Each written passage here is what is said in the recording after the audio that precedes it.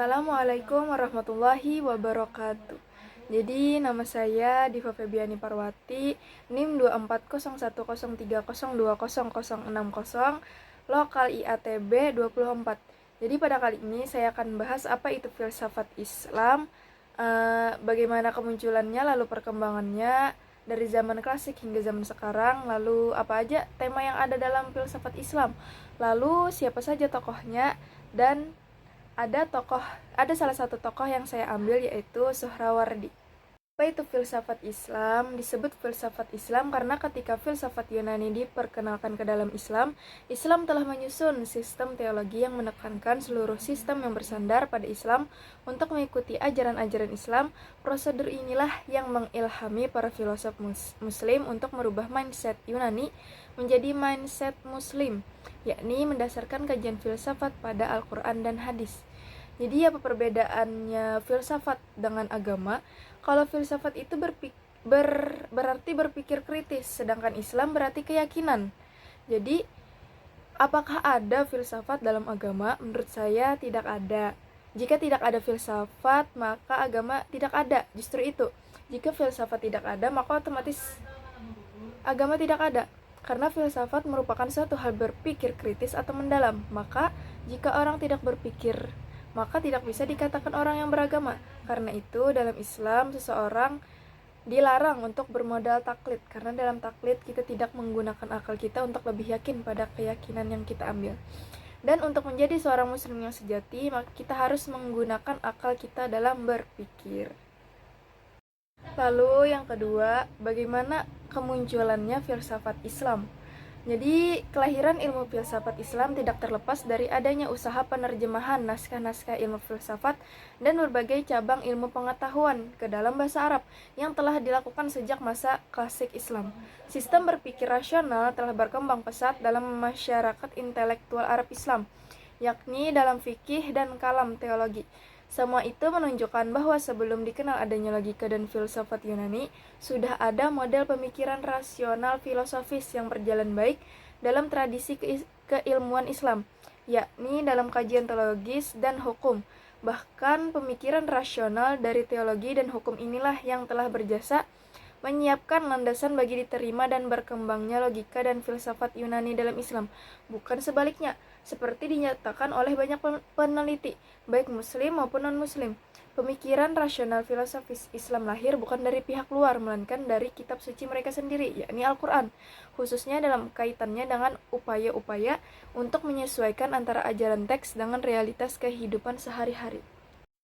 Lalu, kenyataan sejarah menunjukkan bahwa pemikiran rasional telah lebih dahulu ada dalam tradisi keilmuan Muslim sebelum kedatangan filsafat Yunani. Seorang filsuf Muslim seperti Al-Farabi dan Ibnu Rushd, meskipun mereka banyak diilhami oleh pemikiran filsafat Yunani, hal itu tidak menghalangi mereka untuk mempunyai pandangan sendiri yang tidak sama dengan filsafat Yunani. Meskipun karya-karya Yunani sudah mulai diterjemahkan sejak masa kekuasaan Bani Umayyah pada abad ke-6 hingga ke-7 Masehi.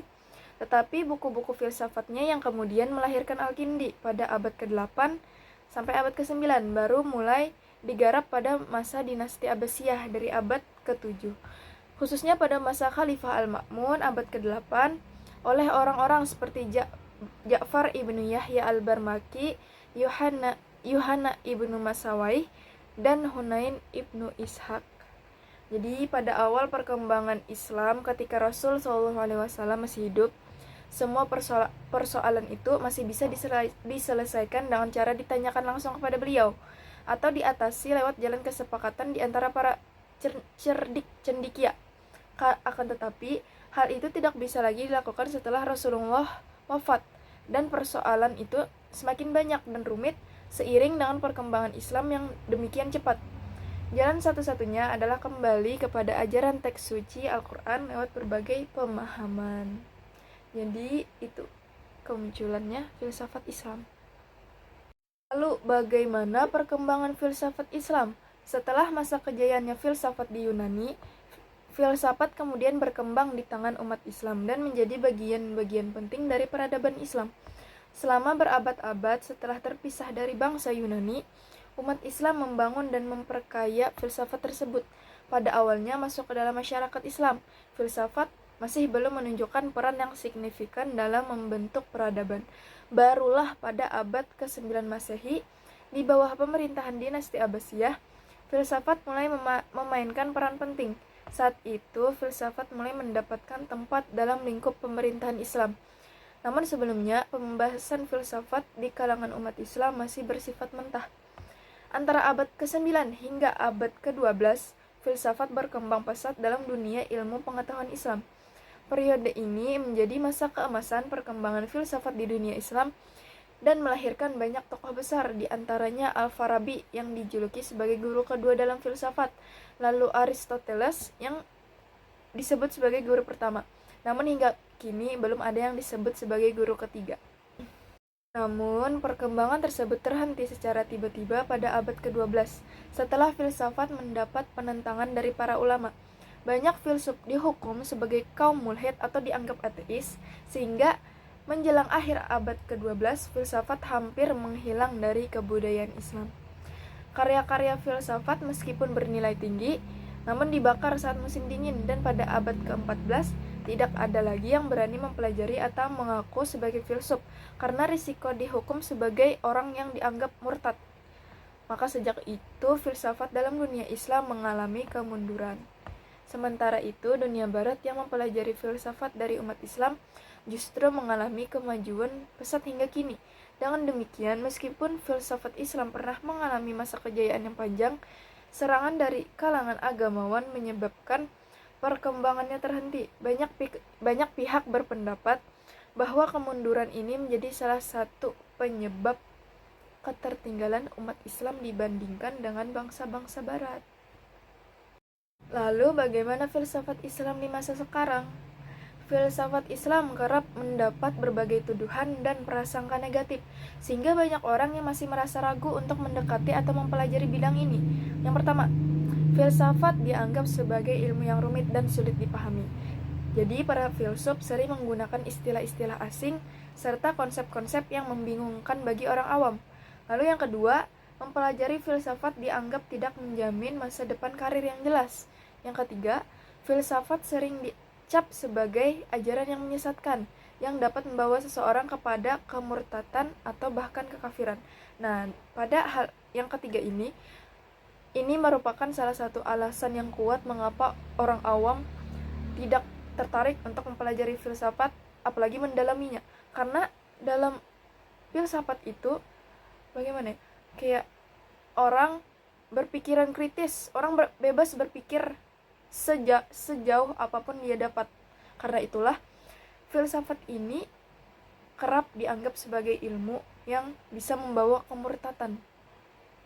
Akibat adanya pandangan-pandangan seperti ini, filsafat bukan hanya kehilangan daya tarik, tetapi juga dibayangi ketakutan seperti takut sesat, takut murtad, dan takut kafir. Nah, citra negatif ini muncul karena filsafat Islam sendiri telah terpinggirkan dari dinamika peradaban Islam.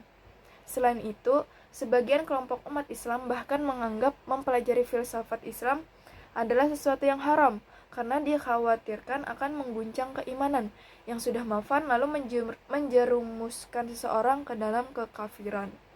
Padahal, jika sejak awal filsafat dipelajari sebagai cabang ilmu lainnya, stigma buruk tersebut mungkin tidak akan tumbuh. Jika persoalan ini terus diperpanjang, akan muncul berbagai perdebatan yang tidak berujung. Namun demikian, bila filsafat terasa sulit, justru disitulah nilai prosesnya. Dari kesulitan akan lahir kemudahan dan pemahaman yang lebih mendalam. Hal ini sejalan dengan ajaran Al-Quran dalam surah Al-Insyirah ayat 5-6 yang berbunyi, maka sesungguhnya bersama kesulitan ada kemudahan. Itu diulangi 2 kali, mengingatkan bahwa kemahiran datang melalui ketekunan dan latihan. Lagi pula, jika filsafat dianggap sesat, maka untuk membuktikan kesesatannya dibutuhkan argumen, dan proses menyusun argumen itu sendiri sebenarnya adalah aktivitas berfilsafat. Jadi, tokoh-tokoh filsafat Islam ada yang pertama dari zaman klasik, yakni pada abad ke-8 hingga abad ke-13. Era ini ditandai dengan kemunculan tokoh-tokoh penting seperti Al-Kindi, Al-Farabi, dan Ibn Sina. Mereka merupakan filosof Islam terkemuka pada masanya dan telah memberikan kontribusi besar dalam perkembangan filsafat Islam. Yang kedua, ada zaman pertengahan.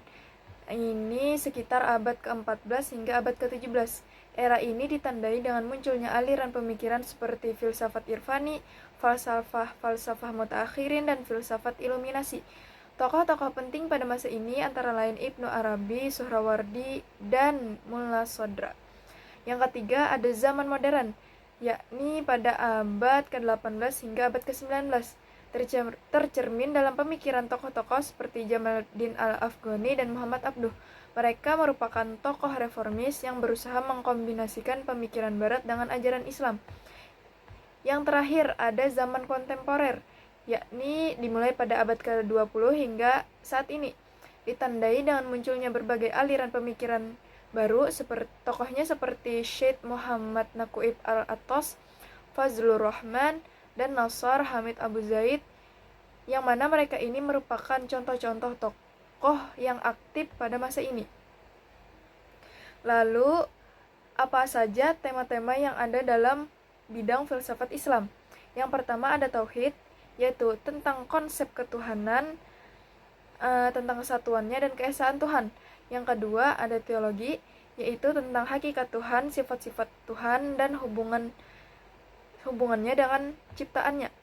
Yang ketiga ada etika, pembahasan tentang nilai-nilai moral, kebaikan, dan keburukan. Yang keempat ada epistemologi, yakni tentang teori pengetahuan dan bagaimana kita memperoleh pengetahuan. Yang kelima ada metafisika, pembahasan tentang realitas dunia di luar dunia fisik. Yang keenam ada kosmologi, yakni pembahasan tentang alam semesta dan bagaimana ia terbentuk. Yang ketujuh ada antropologi, yaitu pembahasan tentang hakikat manusia dan perannya dengan dunia ini. Yang terakhir ada eskatologi, pembahasan tentang hari kiamat, kebangkitan, perhitungan amal, dan akhirat. Nah, jadi dalam pemikiran Suhrawardi itu mahiyah atau berasal dari kata mahiyah, yakni masih filsafat yang membahas ketuhanan, yaitu keapaannya atau dalam bentuk apa ini. Jadi Suhrawardi itu membahas esensi, jadi rohani ke kesadarannya, bukan jasad atau jasmaninya. Misal kita melihat ini charger HP, lalu kita tunjuk ini, kita tahu ini charger HP.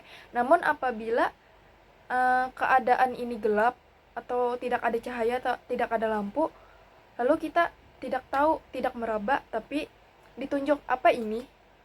Nah, sedangkan kita dalam keadaan gelap tidak melihat apapun, lalu kita tidak tahu apa yang maksud ditunjuk ini.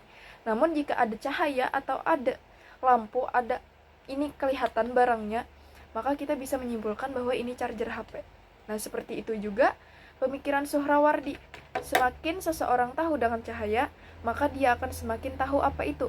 Jika orang mukasyafah, maka otomatis orang itu musyahadah. Jadi apabila orang itu terbuka, ada sekelebat cahaya terbuka dengan pemikirannya, anggap saja itu cahaya, maka orang tersebut dianggap musyahadah juga. Suhrawardi ini bisa dikatakan Al-Ghazalinya, tetapi dalam filsafat Syiah. Nah, itu. Ya, mungkin itu saja dulu dari saya. Kurang lebihnya saya memohon maaf. Demikian video yang saya buat untuk tugas UTS Filsafat Islam, mata kuliah Filsafat Islam. Assalamualaikum warahmatullahi wabarakatuh.